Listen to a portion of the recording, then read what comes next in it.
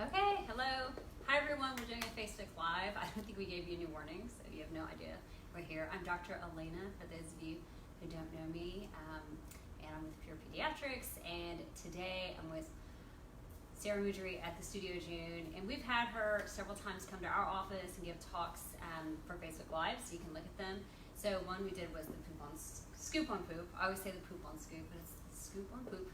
And then we did one on temper tantrums, so you're welcome to go back to our Facebook page and look for those. I refer back to them all the time because there's a lot of helpful, useful information, but one of the things that Sarah does, which is amazing, is has this great space in Bel Air called the Studio June, and it's basically a Montessori environment for small children and infants. And a lot of what we wanted to talk about today was creating kind of engaging, happy, fun place for little ones at home, because one of the things I notice in the office at least is that I have a very limited amount of materials for kids to play with, and they really engage and they play with those materials and they do just fine.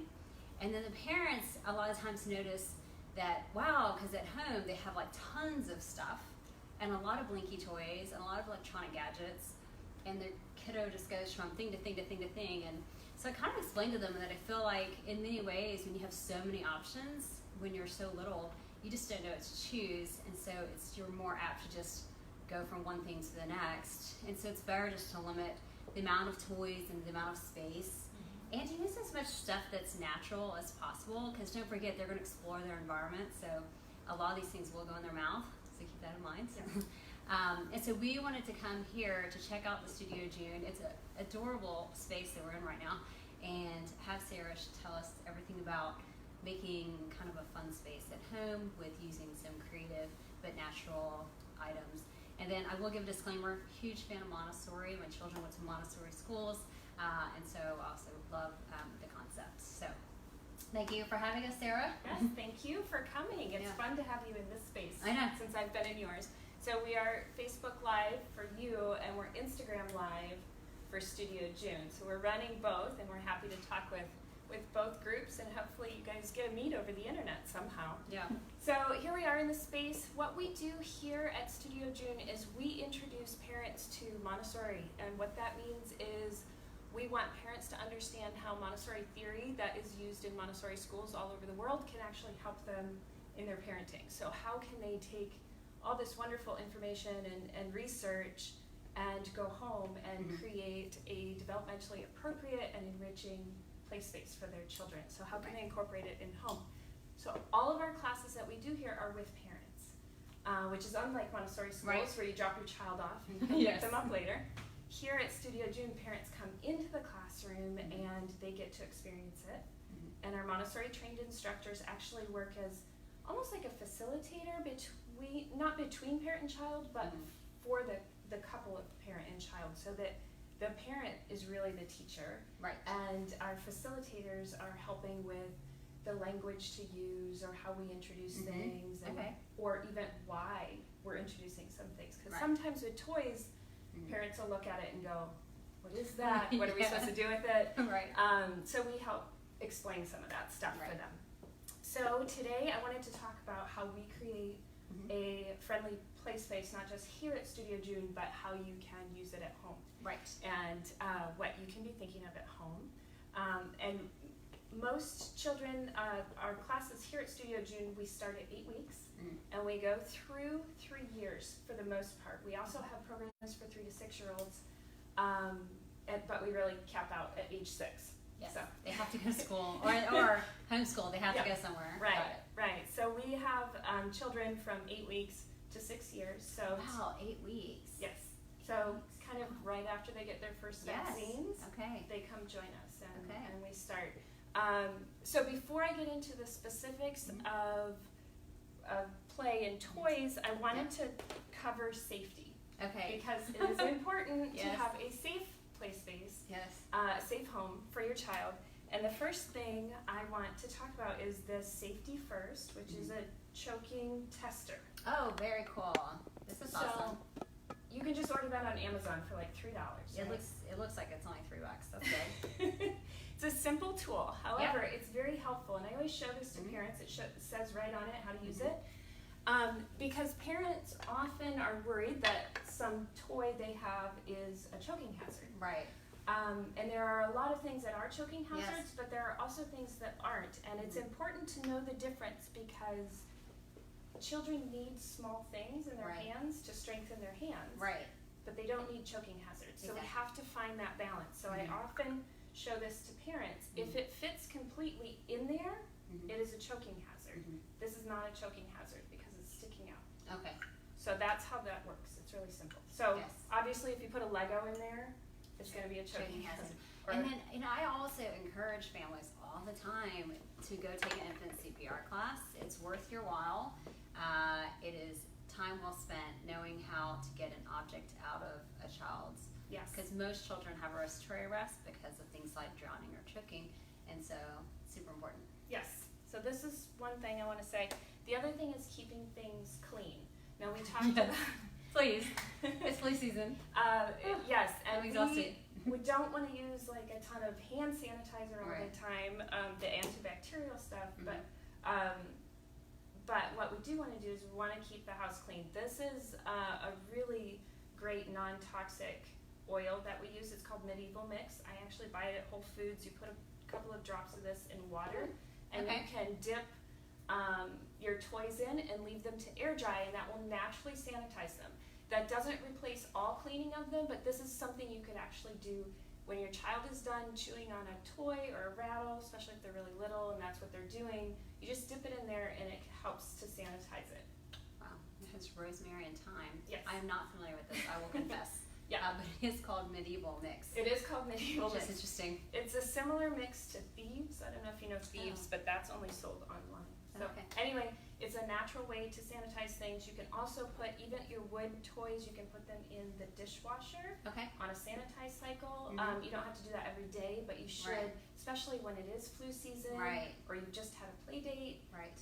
Go ahead and just sanitize everything, Yes. and it keeps everything in good repair and healthy. A healthy Because environment. I feel like everyone who's come in lately who's been sick, They has, were like, just well, out of they, play yes, date. they threw their little friend Jimmy under the bus and said, well, Jimmy, yeah, and so they totally blamed the other kid. It happens, Yep. but there are ways to just kind of help Yep. keep the environment Okay. fresh and clean, so do that.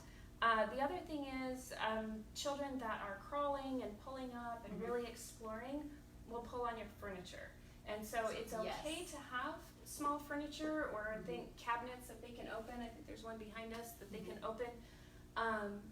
But any large furniture needs to be secured to the wall that Yes. they'll be pulling up on and pulling around. Right. So just keep that in mind. Yes, and not recalled, because like we do have that come up where like furniture that is just in kids' room gets recalled because it does come off the wall and Yeah. you can die Right. if it lands on you. Or the doors aren't secure, whatever it Right. is. So you just have to be aware of all of that stuff because it's important to create a space where your children can explore, Mhm. and part of that is making sure that the furniture within that space is Right. safe. Safe. So, Okay. okay, So so we got safe safety. furniture. Perfect. Okay, so now I want to talk about interest and appealing to your child's interest. One of the most important things with a toy is that it's interesting, right? Because they're not going Right. to play with it if I it's know. not interesting. Right, which is why I think they all like the iPhone, because apparently it must be interesting because all the parents are also looking at Every adult you find is looking at it. it, Right, so it's got to be interesting. right, Not to mention it's got light, yes, and they're naturally attracted to light, so Yes. they'll look at the lights in the ceiling or the sun coming through the blinds or whatever it is. right. The light attracts them.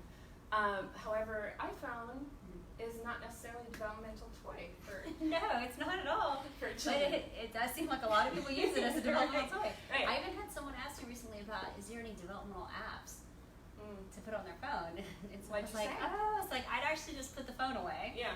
and use use these sort of tools. Yeah. Yes. So I don't know of any apps that would help a No. 6-month-old with their development. No. What young children need is experience in real life. Yes. They need to see what's happening around them. They need to observe the people around them. They need 3D. Yes. Yes. And they're taking so much in, not just through their hands. Their vision is young children just developing. Actually, I heard it takes 7 years for full vision to develop. Is what my daughter's Sometime. eye doctor said. So, So in the beginning, all of this is developing, so we want to give things that that support that development. Right. And so a flat screen is not going to do it. So they need three-dimensional experience. And because they're putting so much in their mouth in the beginning, we want to stick with natural materials because they're taking so much in through their lips, their tongue. Yes. There's so many nerve endings, lots of information. And we don't necessarily want to discourage them putting things in their mouth. But if we have the right toys, they'll be getting the right information, and they'll be able to manipulate those toys. In the early stages, and we can move over to, we have a little infant area set up, so we're going to see if we can move the cameras so that we can see them over here. Okay. Let me turn over here. I think. Okay.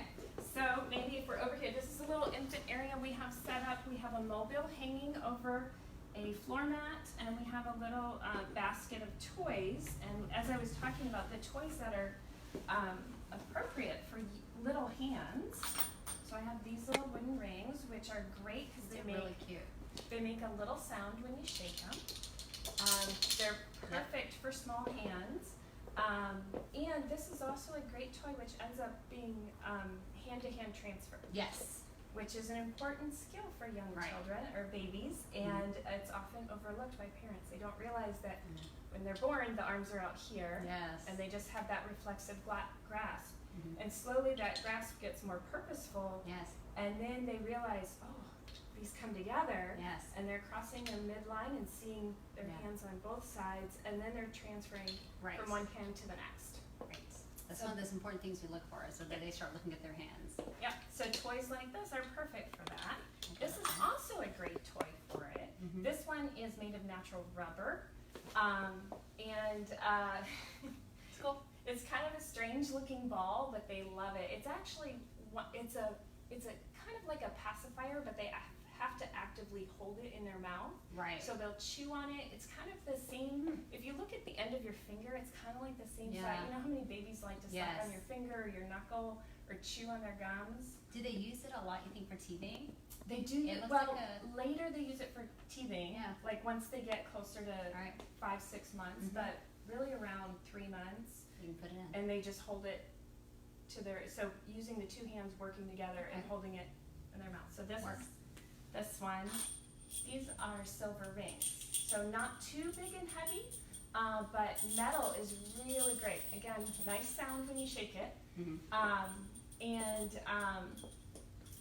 The silver is really a calming feeling on their gums when they are teething. So they love it because it's nice and cool, and they get a lot of great information from that. Claudia, we have help today. It's Claudia. If you could turn that a little bit. I feel like I'm the only one in Instagram. Am I not on it? Sorry, you're just watching Dr. Alana. Hate to be all alone over here. Okay, this is fun. I would play with that. Yeah, no, these are great. These are, and they, the thing with these toys, okay, so these are toys from when my children were infants. Yes. And they're still relevant. They're, and I mean, these are the exact ones. So my 14-year-old played with this toy and played with this toy because they are good quality and they keep, when you take care of them, because they're these natural materials. So this one is great. Again, they love the shaking and hearing the sound, but once you get a child that's just starting like on the belly and just starting to scooch forward, and you just roll this away from them, and then that creates interest, right? You guys can't see it. We just rolled it right out of the screen. Yeah. And then this is another very similar to this kind of idea, but for variety, they like different toys. But again, this is so small, you know, to get their little hands around. And so often when I see rattles and toys, they're so big. I know. Is there a brand that you prefer? Well, that one's Hubba. I do like Hubba. That's a good one. H-A-B-A, Hubba. This one is called Belly Button. Belly Button. Again, another German company. I think Hubba's German. Which is funny because in my office, several of our toys are also German or European. Yeah. They make really good quality stuff. I feel like it does last a long time. They also tend to have good oversight and safety standards in Europe. So it's just one thing to think of. I mean, I know in the U.S. it's been they've been better about that since there was, I don't know how many years ago, they were finding paint from China having lead in it. Yes.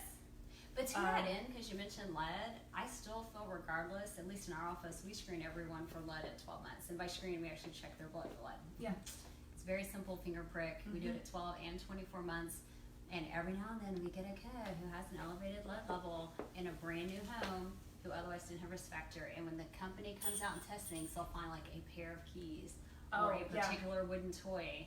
And then the parent says, oh, they always chew on that wooden, that particular wooden toy. And then we have to remove it from the environment because for most lead levels, it's just more of taking the lead out of their environment. Right. Yeah. So it's definitely something that to keep track of. This, however, so this one is stained, not painted. So it doesn't have a lead paint on it. Same with this one. It's stained, not painted, which tends to be different. Okay. So those are toys for the infant. The other thing we have for an infant that's not living yet is what we call a floor mat or a play mat. And this is just a folded up quilt, really. You could have a gym mat, for tumbling, and just put a nice soft blanket over it. This mat that's on the floor is a foam, non-toxic foam mat, which is just fine. But for an infant, it's nice to put like a blanket over it just to kind of soften it. Also, they're going to spit up on it, and then you can just take it off and wash it. Yes. And then we have a They will have a blowout on that blanket. And we have a mobile hanging over it. This particular mobile is one of our Montessori mobiles. It's the octahedron. And we have a mirror so that the infant lying next to the mirror will see their reflection and will respond to that. They love faces. They love movement. They'll often look at movement across the room in the mirror because of the different angles. And then they'll get the feedback of seeing their own body move. They don't necessarily recognize it's their own body yet. Right. That's kind of key. They will play with themselves though. Yeah, it's like another baby. That's right. It's like they got a friend. Exactly. It's early socialization with themselves. That's great. So we have this mobile hanger here attached to the wall. However, the mobile hangs over only when the baby is playing. We don't want to put a mobile over a bed. Beds are for sleeping, but play areas are for playing. And a mobile is an active play experience. So we'll hang it over them when we're nearby and watch. And you want to hang it at least 12 inches from their vision, but just out of reach. You don't want them to be able to touch it. And you even want, so when they turn to one side, your arm gets longer. You got to check to make sure. You have to check to make sure it's out of reach. So the mobiles that we use all float with the natural air current of the room. We don't want them to be motorized. We actually want them to have a natural floating movement because that's better as they develop those eyes that move together. We want the mobile to float around them. If you currently have a mobile and it's attached to your crib, it's okay. I too had, out of confession, had a mobile that it moved, it did all sorts of stuff when the kids were little. But I do agree, like sometimes it was distracting for them when it was time to go to bed or something else. Or we thought turning it on would help them go to sleep, when in fact it's probably stimulating them a little bit. Well, and it can be. So mobiles are very stimulating for young babies. And what happens is they can fall asleep under them, but it's usually because they're overstimulated. So babies under a mobile will either cry, when they're done with it. They'll either cry because they're overstimulated, or they'll just keep looking away, or they'll fall asleep. So that's what young children will do. And so if you're putting a mobile over a bed, it's not the end of the world. But just know, giving them something to actively look at is actually work or play for them. So trying to separate sleeping time from playing time, it sends a more consistent message if you just do it during play. Okay. So that's all I'm going to say about mobiles, although I could go on for days. Okay. Days worth of mobiles. But we cover that all in our infant classes. The Montessori from the Start class, we start with a set of mobiles. We're on the move again. Okay. So we're moving over here, sorry. We left you back in the infant area. Okay, so I love some of these. So we're going to move on from infants to movers and crawlers and scooters. People with opinions. And we'll get our Instagram group there in a minute. Okay, so once your child is starting to move and explore more, you want to really give them things that motivate them to move forward. And so, honestly, a basket of balls is the best toy. My puppy would love this. Right? Basket of balls. As would a crawler. As would a crawler. So, interesting balls. These are washable, which is great. You throw them in the laundry. They make a nice noise. This one is a favorite. It's very cool. It says shake me, so Yeah. that's very informative too. For the little toddler who can read. Right. The advanced toddler. You know what? This is one of those things, though, as a parent, you're like, What do I do with it? I've got the I know. instructions right here. I know just what to do with it. So anyway, balls are great. Children are naturally love to come find the ball, play ball, go after the ball, throw the ball, all of that. Right. What And you can do- developmentally, like they have to learn to throw our hand, throw our Yeah, hand. They there's learn a those lot things. of coordination. And socially, you have to learn not to throw a ball in someone's face. Which is what toddlers naturally Yes. do. They just want to play ball, and you I go, know. ah. So you have to teach them socially. Are you ready? Acceptable ways of throwing the ball.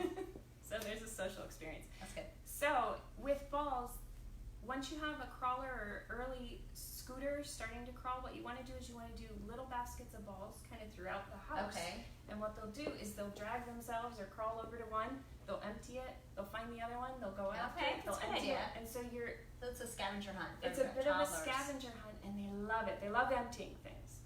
Yes. They're not really So- good at putting them back. That'll come later. But they're good at But it. I will say this is one of the easiest things to just throw them all back in the I know. basket and start over. And you know, these will last Good all friends. the way through toddlerhood, you know, Maybe through college. maybe through college, depending. Depending on your child. The other young child, the other kind of crawler around that stage, in a sitting baby, I wanted to show this toy because this is from Green Sprouts. These are great teethers, by Yes. the way. You can put them in the fridge and cool Yes. them off and put them on. But this actually comes with 4 Yes. rings. And I wanted to show this because parents always put it out with all 4. Yes. However, it's really hard to get your little fingers around and Yes. be successful when they're stacked one on Yes. top of the other. So we take off every other one so Okay. that the children can get their hand around it and put it back on. They're more successful Very early smart. on. So And- this tool will last. This toy Yes. will last longer because you can later put all 4 on, and Right. it looks like a new toy. Yes. And I will say, like, them being successful is important. Like, they do get frustrated if they They can't do, figure it yeah. out. Then they just move on. Yeah, and there will be some frustration. There will be some failure at one point, and but they keep moving forward because it's not so like it's attainable. Right. And sometimes you just try something before they're developmentally ready. Yeah. Yeah. Okay. Yep. Okay, this is another favorite. I know this. Lasts for a I don't long know time. what this is, but I wanted to play with it since I walked in. This is called a pop-up toy. So I'm So gonna it's guess. So I do feel like the parent now who's like, I'm not sure what to do. Is that You what can you do that. So that's what toddlers do with it. Yes, I was But- gonna say that's exactly. So this This is great. $10 toy $10 toy. called the pop-up toy, you buy it on Amazon. Mhm. You probably buy it at toy stores too, which is Yeah. all made of wood. Uh-huh. They love to chew on these because it's like finger Does it shaped. pass the choking hazard though? So I'm back to the choking hazard. Okay, see, not a choking hazard. Great. Not a choking hazard. Okay. So this toy has all sorts of things in it, but it looks really simple, right? Yes. Okay, so this for young babies, or babies that are just sitting, this is a lot of coordination. Yes. To get this Mhm. peg in this hole, that's a lot of coordination. Yes. And that's really all they're doing with it. They'll chew on it a little bit, and they'll put it back in. Mhm. A toddler who's a little bit older realizes Yes. that you can do that, which is really cool. Or an adult. They also learn they can put it through this way, so they Oh. can thread it, and it's color matching. It is color matching. So this toy lasts a really long time, but it's super simple. And I Yeah. feel like parents think that it should have bells and whistles No, and be no. big and then convert into I know, something no. else to last a long time. No. When this $10 toy Mhm. will last you 3 years. Yes, and then we have some toys in the office that are also wooden and like magnet where you can make designs, and yeah, it's just standing this test of time. Like we Mhm. never get rid of it because everyone loves it so much.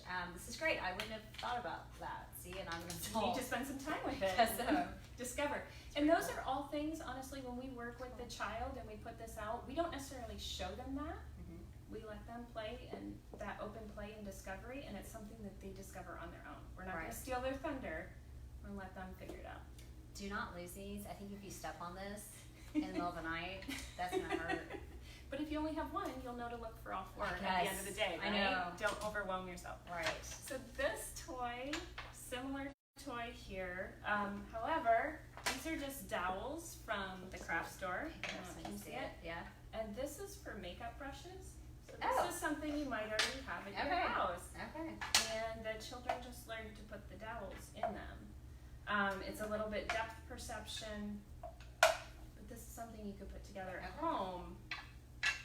And it's fun. Wasn't that fun? Very fun. So this is a toddler as we move to an older child. Starting early though, although these animals are sold, animals like this are usually sold for children 3 and older. Okay. And that's because children under the age of 3 put a lot of things in their mouth, and so the toy companies are worried that if you let a child chew on this, they will chew off the tail, and then you have a choking hazard. However, I don't want to discourage parents from working with these things with young children. You just have to. This is not one that you necessarily leave out for them to. Right. These are not the chew on. balls. Okay. Right.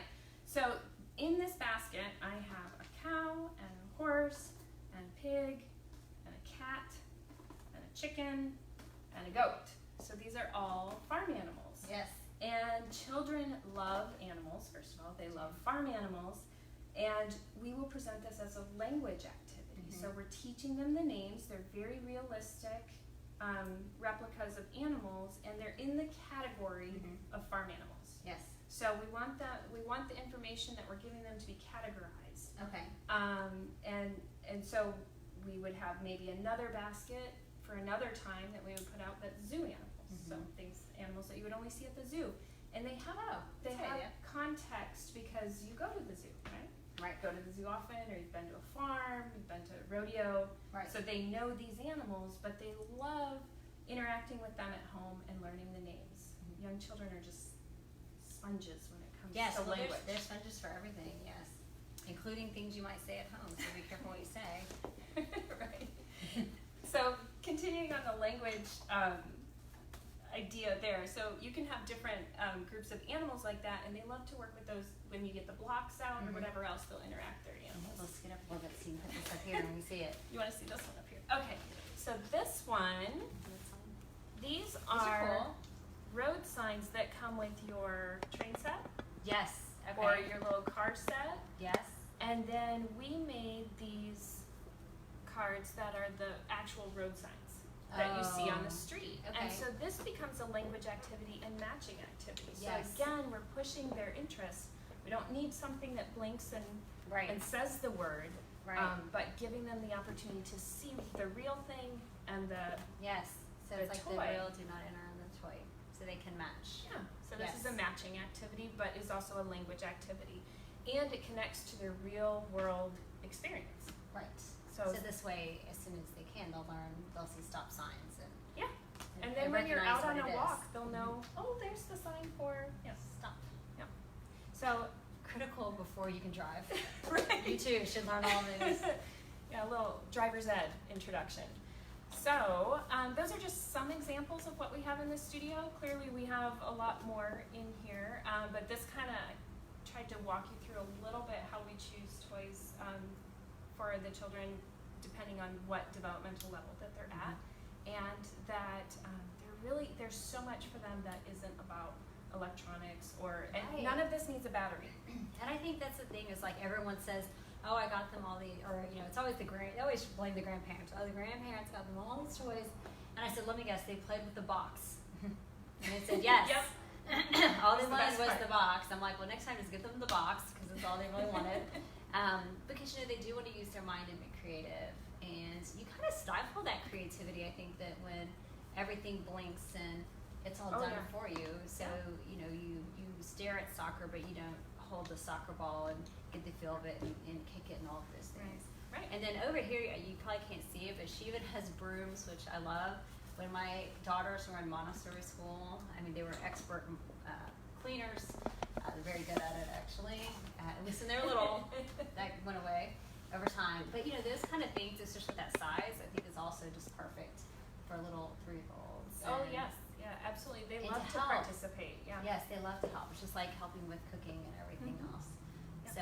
we'll have to love do it. one on practical life. Yes. You'll come back and we'll Yes. talk all about all the practical life things they can do with you. Yes. Well, it turns out, like, that's actually what life is. I think we're making it sometimes a little bit too blinky and fun. Yeah.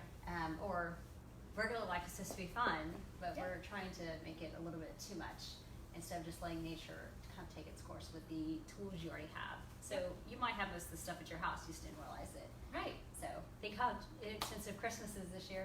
That's right. Save a fortune. That's right. You probably already have it in the, You already- closet. You you just got to are- rotate it. You already have it. All right. Well, thank you very much for having you us. for being It here. was so nice to see the actual space. There's actually much more, and there's several other rooms.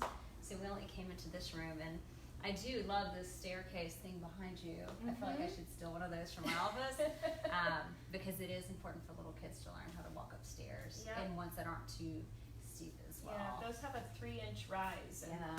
it is amazing. We do a movement and So exploration you can show class. that, Claudia. That's You can get our corner Very nice. stair. So we do the class called Movement and Exploration in here, and it is all about moving and supporting that need to learn how to crawl and walk and Right. and explore. But also, we also do language and eye-hand activities in that class. But the stair, the first time they crawl to the top of it or walk to the top of it and they stand, I think every child stands up there and they like give They a feel so speech. proud, Even right? even if they can't talk yet, Yeah. they start vocalizing because it's like they feel so tall. It's like the podium. Oh yeah, no, that's like top of the world for Yeah. someone who's little. So tell me real fast, what classes do y'all have here? And because we said you could start as early as 8 weeks, so what do Yes. you have? So we have just ended a session this Okay. week, Mhm. and so registration is open for spring, which Okay. starts the week of March 25th. We offer Montessori from the start, which Okay. is for parents and infants starting from 8 weeks Okay. up to crawling. Okay. Then we have movement and exploration, which is for children that are crawling all the way through first steps and really being steady on their feet. Okay. Which is usually, it goes up to, I think the oldest we have in the class right now is 17 months. Because Okay. everybody kind of walks at a different time. They do. And then, so we have activities that appeal to that full age range. And then we have Montessori for young children, which starts as soon as they're walking in 12 months Mhm. and goes all the way through 36 months. So Okay. we have activities in this space, actually, the one you're in, and it expands that way. Yes, it does. We have activities that appeal all the way up to age 3. Okay. Then we offer a class called Primary Experience, which is Mhm. for families that have not enrolled in a preschool program yet, Yes. because they need to have their children in a social environment with a regular routine and intellectual stimulation. So we have that class, Primary Experience, and that's in a different classroom that you can't see right now, but that goes from ages 3 to 6. Okay. So we do have some families that are homeschooling, Mhm. and then they come here 2 days a week for primary experience Mhm. and kind of incorporate that, or families that are on waiting lists to get into their ideal school. Right. They'll join us for primary experience until then.